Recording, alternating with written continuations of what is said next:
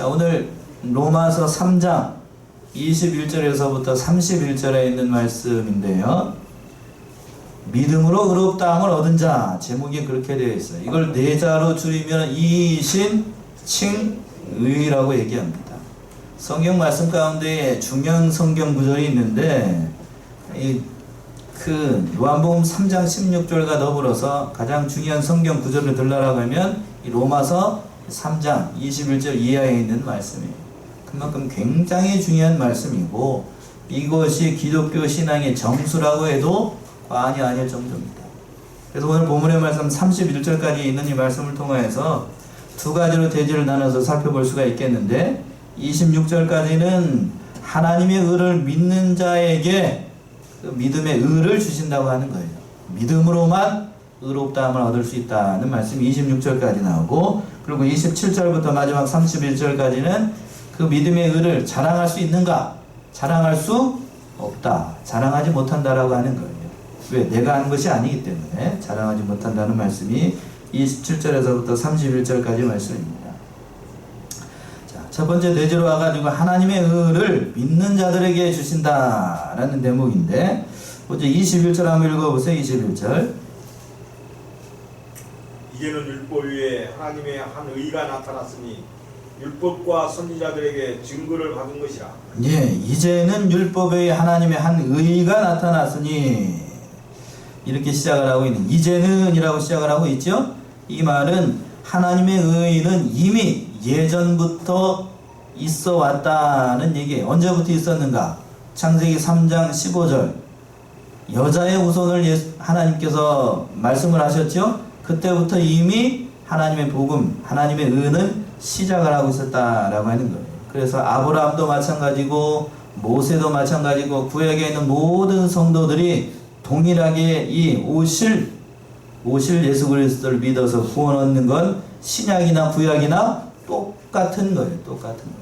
그 원리가 다 똑같은 겁니다. 이제는 이라는 말이 그 말씀이고, 또 율법 외에 하나님의 한 의가 나타났다라고 되어 있는데, 율법 외에 라는 말은 잘 이해를 해야 되는데 로마서는 굉장히 꼭꼭 집어서 봐야 돼요. 율법 외라는 말은 율법을 무시했다는 말이 아니고 율법을 전혀 무시하고 배제했다는 얘기가 아니라 율법과는 다른 하나님의 의가 나타났다라는 뜻이에요. 율법을 무시했다는 얘기가 아니고, 그래서 한 의가 나타났다고 하는데 한 의니까 하나밖에 없는 의, 전무후무한 의, 유일무이한 의가 나타났다라고 하는 거예요. 여러분들이 잘 알고 있어요. 그 의가 누구죠? 예수 그리스도. 그 의가 나타났다라고 하는 거예요. 그러니까 한 의라고 했으니까 그분을 통하여서만 우리가 구원을 받을 수 있다는 얘기예요. 어려운 얘기가 아니고 쉬운 얘기를 지금 이렇게 하고 있는 거예요. 그래서 하나님의 의라고 얘기를 하고 있는데, 이 하나님의 의라고 하는 것은 하나님께서 인정하시는 의. 어떻게 하는 의라고요? 하나님께서 옳다라고 인정하시는 의가 하나님의 의라고 하는 거예요. 그러니까 모든 사람이 이 의가 없어서, 의로움이 없어서 다 멸망을 받게 되고 결국에는 한 사람도 의인이 없다라고 우리가 이미 확인을 했잖아요. 사람은 다 의인이 없어요. 율법을 지켜서 구원받을 사람이 이 세상에 존재하지 않기 때문에 지금 이 시간까지 살펴봤잖아요. 3장 20절까지. 그런데 하나님께서 그 죄인들이 멸망하는 것을 불쌍히 여기셔가지고 하나님의 의를 이루실 그 사람을 은혜로 이 땅에 보내신 거예요. 은혜로. 그 은혜로 보내셨는데 그 의가 나타났다라고 하는 겁니다. 그 의가 나타난 것이 그냥 나타난 게 아니고 이미 율법과 선지자들에게 증거를 받은 것이라. 이미 옛날부터, 예전부터, 구약 성경 때부터 율법과 선지자들을 통해서 예언한 그 의, 하나님의 의, 그 의가 나타났다라고 하는 거예요. 그 의가 누구인가? 구체적으로 22절에 나와 있어요. 22절. 그 정체가 22절이죠. 곧 예수 그리스도를 믿음으로 말미암아 모든 믿는 자에게 미치는 하나님의 의인이 차별이 없느니라. 예. 곧 누구를 믿음으로 말미암아? 예수 그리스도를 믿음으로 말미암아 모든 믿는 자에게 미치는 하나님의 의인이 뭐가 없어요? 차별이 없다. 그러니까 율법 외에 율법을 무시한 게 아니고 율법과는 근본적으로 다른 하나님의 의가 어디서 나타났는가? 어디서 왔어요? 제가 손을 들고 있죠. 어디서요? 하늘에서 왔어요. 하늘에서 왔습니다. 하늘에서 와서 예수 그리스도를 믿음으로 말미암아 그 모든 믿는 자들은 죄사함의 은혜를 받고 이제는 죄인이라는 죄인이 아니고 예수를 믿어서 의인이 되는 그 하나님의 의가 나타났다고 하는 거예요. 근데 이 의는 값없이 주세요. 값없이 준다는 의미가 공짜라는 의미보다도 제가 늘 말씀드렸는데 공짜라고 하니까 공짜로 사람들한테 뭘 주면 그걸 귀하게 여겨요? 아니면 가다가 나에게 필요 없으면 어떻게 해야 되죠? 몰래 버리나요? 어떤 의미죠? 값없다라는 얘기는 공짜, 있어도 되고 없어도 되고 그런 의미가 아니고 여기서 값없다는 의미는 값을 측량할 수 없다는 의미예요. 값을 측량할 수 없다. 값을 측량을 할 수가 없어요. 그런데 여기서 중요한 것이 뭐가 있냐면 우리가 하나님 앞에 의인으로 칭함을 받기 위해서는 뭐가 준비가 되어야 되냐면 다른 것을 요구하시는 게 아니야. 하나님께서 투자로 믿음을 요구하시는 겁니다. 에베소서 3장 12절 한번 찾아보세요. 하나님께서 우리에게 요구하시는 게 뭘까? 에베소서 3장 12절.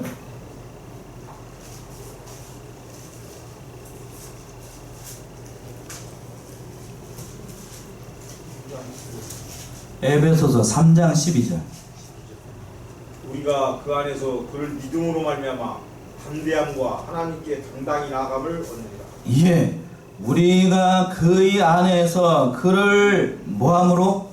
믿음으로 말미암아 담대함과 하나님께 어떻게 나아감? 당당히 나아감을 얻느니라. 여기서 담대함과 당당히 나아간다는 말은 원어적인 의미로 살펴보게 되면 뻔뻔하게 나아간다는 의미가 있어요. 어떻게 나아간다고요? 뻔뻔하게. 그러니까 죄가 있어요. 이렇게 표현을 하면 조금 그런데 나이가 이런 의가 없음에도 불구하고 예수 그리스도를 믿어서 의인이 되었기 때문에 하나님 앞에 어떻게 나아간다고요? 여기서는 당당하게 나아간다고 했는데 저는 어떻게 얘기하냐면 뻔뻔하게 나아가요. 누구만 들고 예수 그리스도를 믿는다는 그 믿음 하나만 가지고 뻔뻔하게 하나님 앞에 나아갈 수 있다라고 하는 거예요. 예수라고 하는 편말 하나 들고 그 믿음이라는 편말 하나만 들고 나아갈 수 있다는 겁니다. 그 믿음이라고 하는 것이 그래서 하나님께서 우리에게 주신 인간의 공로가 아니라 방편이라고 하는 거예요. 방편. 그릇이라고 생각을 하면 돼요. 하나님의 은혜와 하나님의 칭의를 받을 수 있는 그릇이 뭔가 하면 믿음이라고 하는 겁니다. 그러니까 믿음이 좋아야 돼요. 믿음이. 그렇게 믿음이 중요하고 믿음을 강조하고 지금 로마서에도 핵심적인 단어를 두 단어로 요약을 한다라고 하면 결국엔 두 자로 뭐지요? 믿음이에요. 믿음을 강조를 하고 있고 믿음을 얘기를 하고 있음에도 불구하고 이 시대를 살아가고 있는 믿는 자들의 형편을 보게 되면 뭐가 없어요? 아이러니하게도 믿음이 없어요. 예, 그 인정하셔요? 예. 아무런 대답이 없어지는 거 보니까 인정하시는 걸로 알고 있겠어요? 지금 코로나 시국이고 또 이런 어려운 형편을 만나게 되니까 다 드러나요. 다 드러나요. 이제 귀에 딱지 앉을 정도의 6개월이 넘었죠? 그 정도 되니까 이제 다 드러나고 있어요. 실력이 다 드러나고 있어요. 자, 믿음이라고 하는 것이 그렇게 중요하다고 하는 겁니다. 그런데 모든 사람이 23절에서 보게 되면 하나님의 영광에 이를 수가 없었어요. 23절 한번 보세요. 우리의 형편을 얘기하는 건데 23절 모든 사람이 죄를 범하였음에 하나님의 영광에 이르지 못함이더니.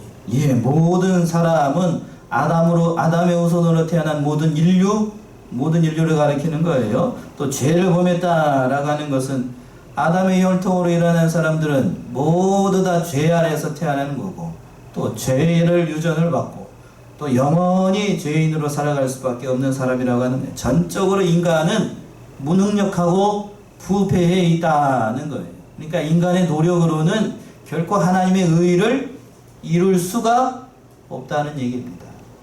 인간이 뭐 잘났다라고 생각을 할 수 있을지 모르겠지만 사람은 그런 존재가 아니라고 하는 거예요.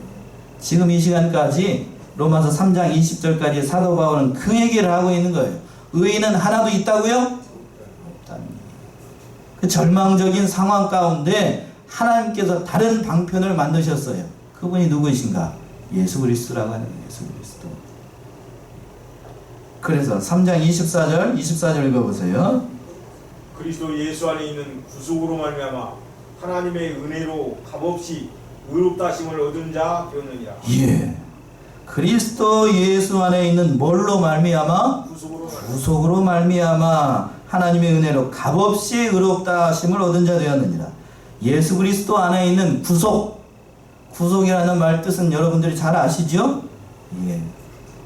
값을 지불하고 산다는 의미가 있어요. 뭐를? 옛날에는 노예의 그 인간을 사고 팔 수가 있었어요. 그래서 값을 주고 샀어요. 그러니까 하나님께서 우리를 뭐를 주고 사셨냐면 값을 주고 샀어요. 여러분들 한 사람 한 사람을 값을 주고 샀다라고요. 그런데 밑에 보세요. 32절 하반절에서 24절 하반절에서 보시면 구속으로 말미암아 하나님의 은혜로 뭐 없이? 예. 그렇다면 이 앞에 말하고 뒤에 말하고 어떤 의미에서는 말이 안 맞는 것 같아요. 하나님의 그리스도 예수 안에 있는 구속으로 말미암아, 그렇죠?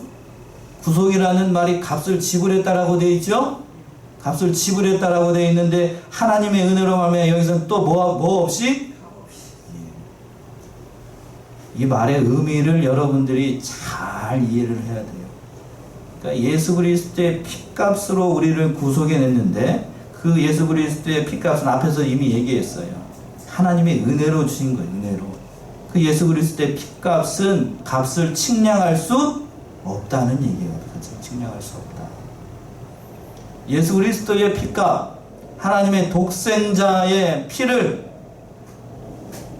값을 매긴다라면 얼마나 매길 수 있을까요? 얼마나 매길까요, 여러분? 여러분이 생각하는 값을 한번 얘기를 해보세요. 여러분 값이 여러분의 믿음 값. 여러분이 예수 그리스도 하나님의 구속의 의미를 어떻게 생각하시는가에 따라서 그 값을 매길 수가 있는 겁니다. 여러분들이 예수님을 사랑하는 만큼 그 값을 측량을 할 수 있어요. 저는 거기다 쓴다라고 하면 한자로 쓸 수 있어요. 팔자를 옆으로 눕혀놓은 거.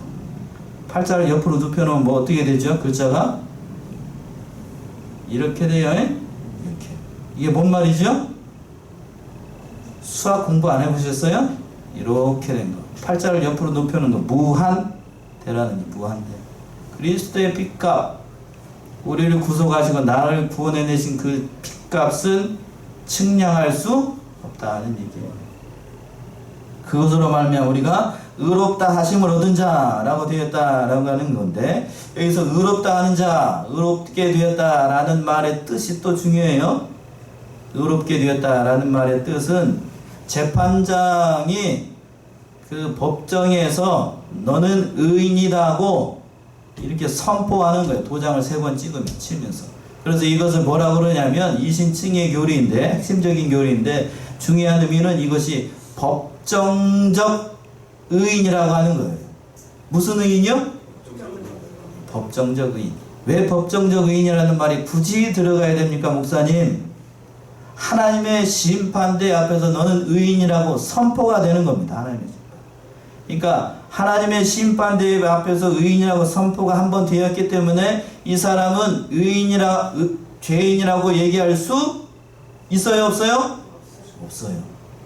그 하나님의 심판대 앞에서 선언했기 때문에 다시는 이것이 취소가 되거나 변개되거나 또 다른 세력에 와서 이 사람은 죄인입니다라고 정지할 수 없어요. 그러니까 취소되지 않아요. 하나님의 심판대에서 한 번은 법정적 의인으로 선표가 된 사람은 그렇게 얘기를 하는 거예요. 그러니까 하나님 자신이 이미 너는 내 백성이다. 내 아들이다. 너는 내 것이다. 성경에 있는 말씀대로 하나님께서 이렇게 선포를 하신 거예요. 단지 하나님은 입술로만 내가 너를 사랑한다 이렇게 말씀하시지 않아요. 내가 너를 용서한다 이렇게 말하는 것도 아니고 내가 너에게 긍휼을 베푼다 라고 얘기를 하시는 것이 아니라 이미 하나님의 심판대 앞에서 이렇게 유인이라고 못을 박아놨어요. 이미 못을 박아놨어. 그러니까 저 여러분들은 하나님의 앞에서 그 과거, 현재, 미래에 지은 죄 때문에 하나님 앞에서 심판을 받지 않습니다. 심판을 받지 않아요. 얼마나 이것이 대단한 은혜인지 깨달은 만큼 보여요. 깨달은 만큼. 어떻게 우리에게 그렇게 은혜를 베푸셨는가? 그 말씀 25절에 나옵니다. 25절이요. 이 예수를 하나님이 그의 피로 인하여 믿음으로 말미암는 화목제물로 세우셨으니 이는 하나님께서 길이 참으시는 중에 전에 지은 죄를 간과하심으로 자기의 의로우심을 나타내려 하심이니. 예.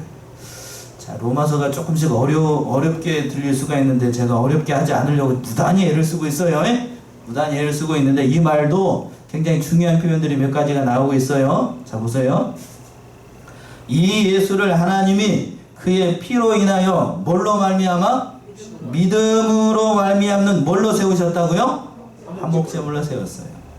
화목제물이라는 표현이 참으로 중요하고, 하나님께서 우리를 구속해 내시기 위해서 하나님과 인간 사이에 벌어져 있던 그 틈을 메우기 위해서 예수님께서 화목제물이 되셔가지고 둘 사이를 어떻게 하셨어요? 연결을 시켜줬어요. 연결. 그게 화목제물의 역할이에요. 화목제물로 세우시고, 이는 하나님께서 어떻게 참으셨대요? 길이 참으셨어요. 길이 참으시는 중에 전에 지은 죄를 어떻게 하셨다고 되어 있습니까? 이게 간과하심으로 자기의 의로움을 나타내려 하십니다. 여기서 중요한 말이, 전에 지은 죄는 과거, 현재, 미래, 저와 여러분들이 지금 모든 죄를 얘기를 하는 거예요. 그 지은 죄를 하나님께서 간과하셨다. 여기다 동그라미 메모주셔요. 간과하셨다. 간과하셨다라는 말의 뜻이 뭘까요? 보통 간과했다라고 얘기를 할 때는 뭐라고 얘기하냐면, 그 사람이 뭐를 했든지 깊이 생각하지 않고 대충 넘어갔다라는 말이 간과했다는 얘기지요? 그지요? 그렇다라고 하면 여기서 오해의 소지가 있어요. 개역성경의 번역이. 여러분들이 지은 죄, 과거에 지은 죄, 현재에 지은 죄, 앞으로 지을 죄를 하나님께서 그냥 대충 넘어가시는 그런 분이신가요? 그런 분이셔요? 그럴까요? 여러분들이 한 가지 죄를 지으면 하나님께 너는 이제 앞으로 지을 죄를 짓든지 말든지 대충 살아. 뭐 그까이 거 뭐 대충 사는 인생이지. 그럴까요? 그런 의미가 아니에요. 이런 그런 의미가. 간과하셨다는 얘기는 무슨 뜻이 있냐면, 하나님께서 잠시 그 죄를 유보하셨다, 또는 옆에 두셨다, 또는 넘어가셨다라는 뜻이 있어요. 무슨 얘기인가? 6월절의 의미가 뭐죠? 6월, 죄를 넘어갔다는 의미예요. 6월달에 있다는 절기가 아니고 넘어갔다는 의미예요. 왜 넘어갔을까요? 그 죄를 그 사람들이 의인이기 때문에 넘어갔을까요? 아니면 다음에 누군가가 죄를 이 사람이 지은 죄를 다른 사람이 담당해야 되기 때문에 넘어갔을까요? 어떤 의미일까요? 후자예요. 후자. 간과하셨다는 얘기는 길이 참으셨다는 것은 누가 올 때까지 하나님께서 그걸 길이 참으셨냐면, 누가 오게 때까지? 예수님께서 오실 때까지 우리가 지은 죄를 간과하셨다. 그냥 보고 계셨다. 넘어가 계셨다. 쉽게 얘기하면 출애굽기에서 6월절 하신 것처럼 우리의 죄를 누구에게 다 쏟아붓기 위해서, 예수 그리스도에게 다 쏟아붓기 위해서 여러분들이 지은 죄를 간과하셨다고요. 무슨 얘기인지 아시겠어요? 그러니까 여러분들이 지은 죄 때문에 예수님께서 십자가에서 돌아가셨어요. 여러분들이 죄를 지은 만큼 예수님께서 그 모든 죄의 짐을 예수님께서 다 담당하신 겁니다. 간과하셨다는 말은, 참으셨다는 말은 그거예요. 누가 올 때까지 참아요? 예수님이 올 때까지. 그러니까 예수님이 그 지신 십자가의 무게가 얼마나 대단했을지를 이걸 보게 되면 더 잘 알 수가 있어요. 화목제물이 되기 위해서, 저와 여러분들을 하나님 사이에서 연결시키기 위해서 화목제물로 오셨는데, 그 죄를 담당하셨을 때의 십자가의 무게가 얼마나 대단했을까? 아는 만큼 보여요. 아는 만큼. 성경은 그래서 어떻게 하셨는가? 우리를 자기의 의로우심을 나타내려 하십니다. 하나님께서 얼마나 의로우신 분이신가? 이거를 나타내셨어요. 좀 이따가 프린터를 보게 되면 이 말이 조금 더 이해가 됐을 거예요. 하나님은 공의로우신 하나님이에요. 공의로우신 하나님이신데 그 공의로우신 하나님이시니까 죄에 대해서 결코 대충 넘어가시는 분이 아니라고 하는 거예요. 어떻게 대충 넘어가지 않는가? 그 죄에 대해서 정확하게 예수 그리스도께서 십자가에서 다 담당하셔야 돼요. 다 담당하셔야 돼요. 그게 공의이고, 그게 공의이고, 그 십자가의 대속의 의를 믿는 자들은 누구나 이 로마서에 표현되어 있는 대로 은혜로 값없이 뭐를 얻어요? 구원을 얻습니다. 그게 긍휼, 다른 말로 사랑이라고 표현하는 거예요. 사랑. 그게 믿음이라고 하는 겁니다. 자, 26절, 그때 26절이요. 곧 이때에 자기의 의로우심을 나타내사 자기도 의로우시며 또한 예수 믿는 자를 의롭다 하려 하심이니라. 예, 26절의 말씀이 그 말씀이에요. 하나님은 의로우셔요. 맞죠? 하나님은 의로우셔요. 그러니까 죄를 결코 간과하거나 대충 넘어가시거나 그런 분이 결코 아니에요. 하나님의 의로우심이 침범이 되면 안 돼요. 그 하나님의 의로우심도 상하지 않고 하나님의 사랑도 나타나기 위해서 하나님께서 이 땅에 누구를 보내셨냐면 예수님을 보내신 거예요. 예수님 보내셨어요. 그래서 그 예수를 통해서 자기가 얼마나 의로우신 분이신가를 나타냈고 그 예수를 믿는 자마다 다 의롭다 하고 하나님께서 인정해 주시는 그러한 은혜를 베풀어 주셨다라는 뜻입니다. 그러니까 여러분들이 구원을 받은 것은 나의 공로가 아니기 때문에 결코 자랑할 수 없다는 얘기예요. 그 말씀이 두 번째 내지에 나와 있어요. 27절의 말씀이 그 말씀. 27절. 그런즉 자랑할 때가 어디뇨? 있을 수 없느니라. 무슨 법으로냐? 행위로냐? 아니라 오직 믿음으로 법으로느니라. 예. 성도가 의인이 되었다고 해서 자랑할 수 있는 것이 아니라고 하는 거예요. 내가 이룬 것이 아니기 때문에. 내가 한 것이라고 하는 것은 결국 한 일이라고 하는 것은 누구를 믿은 것밖에 없어요? 예수를 믿은 것. 내가 죄인이라는 사실을 고백하고 예수를 믿은 것밖에 없어요.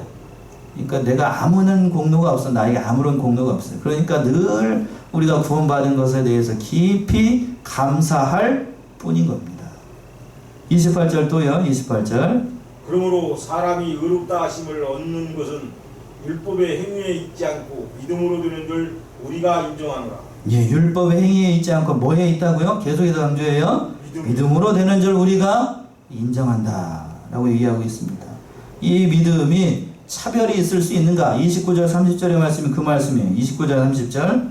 하나님은 홀로 유대인의 하나님 뿐이시뇨 또 이방인의 하나님은 아니시뇨 진실로 이방인의 하나님도 되시느니라. 할례자도 믿음으로 말미암아 또는 무할례자도 믿음으로 말미암아 의롭다 하실 하나님은 한 분이시니라. 예수를 믿음으로 의인이 되는 것, 하나님의 자녀가 되는 것, 유대인이나 헬라인이나 야만인이나 이방인이나 대한민국 사람이나 저 옆에 있는 별로 반갑지 않은 일본 사람이나 중국 사람이나 다 차별이 있을 수 없다는 얘기입니다. 예수를 믿기만 하면 누구나 다 구원의 반열에 참여할 수 있다고 하는 거예요. 그런 얘기예요. 그 얘기예요. 결코 차별이 없어요. 남녀에도 차별이 없고 믿음에도 차별이 없고. 그러니까 우리가 예수를 믿어서 수지 맞는 거죠. 수지 맞아요. 그리고 마지막으로 31절이요. 그런즉 우리가 믿음으로 말미암아 율법을 폐하느뇨 그럴 수 없느니라. 도리어 율법을 굳게 세우느니라. 예, 이 말씀은 그렇다라고 하면 계속해서 사도 바울이 뭐를 강조를 했냐면 21절에서부터 31절까지 보게 되면 한마디로 뭘 강조를 했어요? 계속해서 믿음을 강조를 했어요. 믿기만 하면 구원을 얻고 믿으면 모든 것이 이루어지고 모든 의가 이루어지고 하나님 앞에서 의롭다함을 칭함을 받는다 라고 계속해서 사도 바울이 얘기를 했어요. 그런 즉 우리가 믿음으로 말미암아 그렇다라고 하면 율법을 폐할 수 있느냐? 율법이 필요 없잖아요. 그럼 이제 믿기만 하면 되니까 그럴 수 있느냐라고 물어봤더니 사도 바울이 뭐라고 대답해요? 그럴 수 없느니라. 도리어 율법을 어떻게 배운대요? 굳게 해야 굳게 하는 것이다. 우리가 믿음을 잘 지키게 되면 중요할 때 마이크가 이렇게 말을 안 듣니? 너 오늘 혼날래? 예. 아무튼 믿음으로 말미암아 의롭게 되는 거를 계속해서 얘기를 하다 보니까 뭐를 간과하기가 쉽냐면 구약의 율법에 있는 말씀들을 어떻게 하기가 쉽냐면 지키지 패한다는 말이 그 말씀이에요.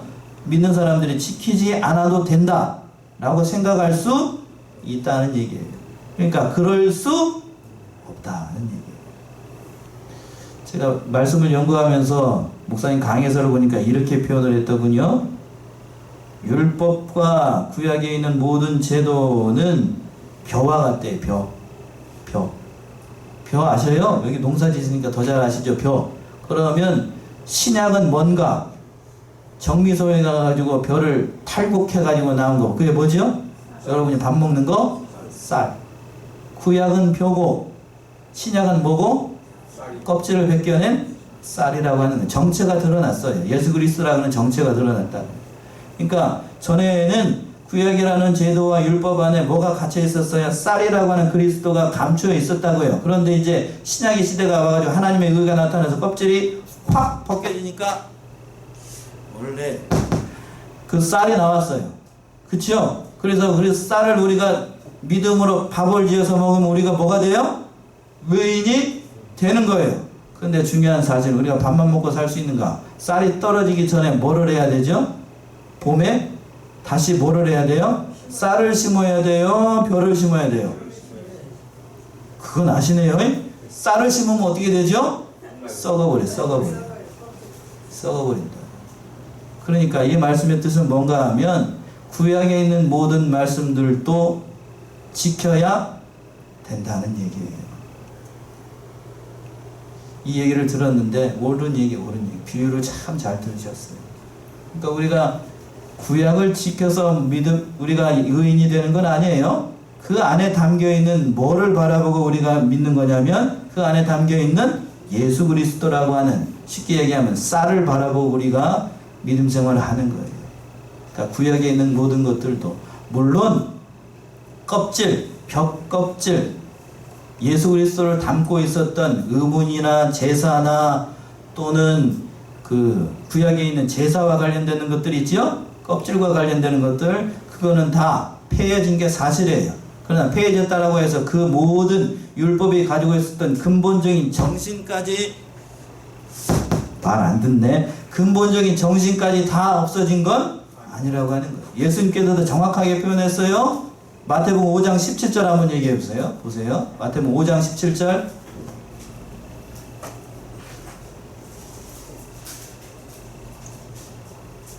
내가 율법이나 선지자나 폐하러 온 줄로 생각지 말라. 폐하러 온 것이 아니요 완전케 하려 함이로라. 율법을 폐하러 온 게 아니고 예수님 어떻게 하러 오셨다고요? 완전하게 하시기 위해서 오신 거예요. 정확하게 예수님이 말씀하셨던 것처럼 우리는 그러니까 구약도 바로 알아야 되고 뭣도 바로 알아야 되고 신약도 바로 알아야 돼요. 구약이 없는 신약 있을 수 없어요. 또 신약이 없는 구약 있을 수 없습니다. 구약과 신약은 그러니까 따로 떨어져 있는 복음이 아니고 동일하게 하나님의 말씀이라고 하는 거예요. 이 말씀을 지금 사도 바울이 얘기하고 있는 거예요. 믿는 자로서 너희가 예수 그리스도를 믿었다라고 하면 창세기 1장 1절부터 마지막 요한계시록 마지막 절까지 모두 하나님의 말씀이며 그 하나님의 근본적인 정신, 그 말씀들을 잘 지켜나가는 것이 믿는 자의 마땅한 도리다 라고 사도 바울은 이렇게 얘기를 하고 있는 겁니다. 자, 여기까지 보고요.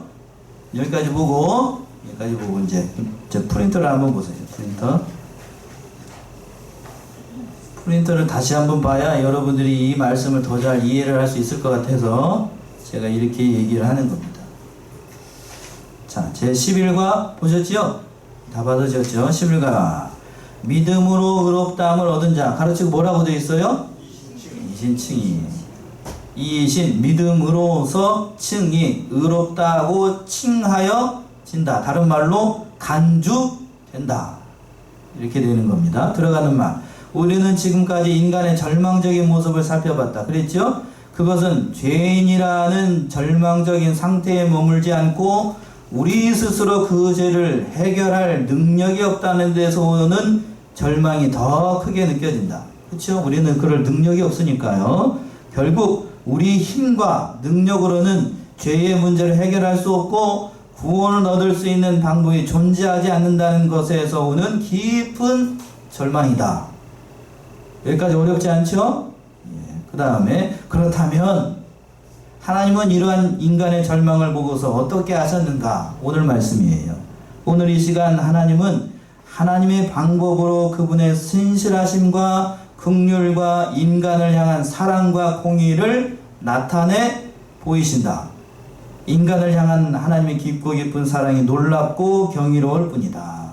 자, 말씀 깊이 봅시다. 1번, 마침내 하나님은 율법과 자신의 거룩함과 사랑에 저촉되지 않는 새로운 길을 내놓으셨다. 그것은 무엇인가? 21절과 22절에서 누구? 예수 그리스도.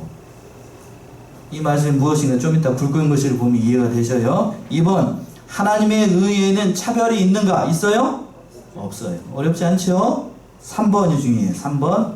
제가 그래서 3번 이 얘기를 하려고 지금 프린터를 얘기한 거예요. 하나님은 우리를 구원하시려고 할 때에 반드시 해결해야 할 딜레마가 뭔 말인지를 아시죠? 딜레마가 있었다. 그 딜레마는 아래와 같다. 보세요. 잘 보세요. 죄로 타락한 인간 중에는 의인이라고는 존재하지 의인은 하나도 없다는 말이에요. 따라서 우리를 구원하시려면 하나님께서는 죄인인 인간을 뭘로 받아주셔야 돼요? 의인으로 받아주셔야만 했다. 그런데 죄인을 의인으로 인정하는 것은 하나님이 거룩하고 공의로우신 그분의 본성으로는 어떻게 된다고요? 불가능해요. 불가능하다고요. 그럴 수가 없어요. 죄를 대충 넘어가시는 분이 아니에요. 하나님이 죄인을 아무런 대가 없이 은인으로 받으면 자신의 의로움을 큰 손상을 입으시게 된다. 이해되시지요? 그러므로 하나님은 죄인을 의인으로 받으시되, 저와 여러분들을 의인으로 받으시되 자신의 거룩하심이 훼손되지 않는 조건이 필요하셨다. 죄인을 의인이라고 해도 자신은 여전히 의롭고 거룩하다는 것을 나타낼 수 있어야 한다는 것이다. 어렵지 않죠? 이 사실을 공정하게 증명하지 못하면 하나님은 더 이상 거룩하고 공의로우신 분이 아니다. 그 거룩하고 공의로우신 것을 모두 다 이루기 위해서 마침내 하나님은 자신의 공의와 사랑을 증명하기 위하여 예수님을 무엇으로 세우셨는가? 무슨 제물로 세우셨다고요? 화목제물. 이해되셨어요? 그러니까 하나님의 공의를 실현하기 위해서 하나님께서 마련하신 하나님의 의가 있어요. 인성을 입고 예수님이 짠 하고 내려오셨어요. 그래서 모든 죄악, 인간 여러분들이 지금 낱낱이 모든 죄악을 누구한테 다 쏟아부어요? 예수 그리스도에게 싹 쏟아부어요. 그리고 예수님을 십자가에서 이렇게 표현하면 좀 그래요. 죽이셔요. 그래서 모든 의를 이루셔요. 공의를 다 채우시고 누구든지 예수를 믿으면 구원의 반열에 참여한다. 이게 사랑이에요. 이게 사랑. 4번. 그래서 하나님께서 이 모든 것을 행하시고 이루셨다면 우리에게 자랑할 만한 것이 존재하는가? 있어요? 없어요? 없어요. 하나님께서 다 하늘에서 마련해주셨고 그걸 바라보고 믿는 자들에게만 그 하나님의 의를 전제했으니까 우리에게 행한 것이 아무것도 없어. 그리고 5번, 마지막으로 5번이요. 자, 예수만 믿으면 누구든지 율법을 굳게 세우는 자가 된다. 그랬죠? 다시 말하면 율법을 온전히 지킨 자로서의 의를 인정받는다는 것이다. 왜냐하면 우리 대신 예수님께서 모든 율법의 요구를 성취하시고 율법의 심판을 십자가에서 받으셨기 때문이다. 그래서 하나님은 예수를 믿으면 그의 의를, 예수 그리스도의 의를 누구의 의로? 나의 의로. 여기다 좀 거기다 쓰셔. 우리라고 하니까 이렇게 좀 그런 것 같아. 나의 의로 인정하시는 것이다. 이것을 뭐라고요? 예신칭이라고 부른다. 이것이 얼마나 엄청난 은혜인지 당신은 깨달았는가? 또는 인정할 수 있는가? 거기다 쓰세요. 아멘이신가요? 얼마나 큰 은혜예요. 나가는 날 로마서를 처음부터 끝까지 주의 있게 읽어보면 인간이 하나님 앞에 자랑할 것이 하나도 없다는 사실을 깨닫게 된다. 만약 우리가 오늘 말씀을 바로 깨달았으면 로마서 전체 중 절반을 터득했다고 해도 다원은 아니다. 이해되셨나요? 그러니까 하나님이 마련하신 그 의 되신 예수 그리스도가 이 땅에 오셨어요. 그 모든 것을 다 이루시고 십자가에서 돌아가셨어요. 이것을 너희가 인정하고 믿으면 너는 누구의 다 자녀가 된다고요? 하나님의 자녀가 된다. 이게 이이신 칭의입니다. 이걸 믿지 않는다. 그게 무슨 말이 되는 헛소리냐? 무슨 말이 되는 소리냐? 의심하는 자들은 그 사람은 의인이 될 수 없어요. 그게 성경이 말하고자 하는 거예요. 성경이 말하고자 하는 거예요. 이 말씀을 깊이 깨닫고 의롭다 함을 받는 이심칭의 은혜를 받는 저와 여러분들이 다 되시기 바랍니다. 기도하겠습니다.